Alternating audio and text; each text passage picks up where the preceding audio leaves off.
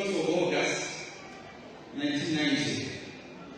On 8th of December, I arrived in this parish to work here with Father Dominic and Father Yinga, and we found this man. So that Mukasa, before he went to Canisius. And immediately he went to the province, he was an accountant. And so when you talk of him as committed and all this, for me, he is a priest who was never ordained.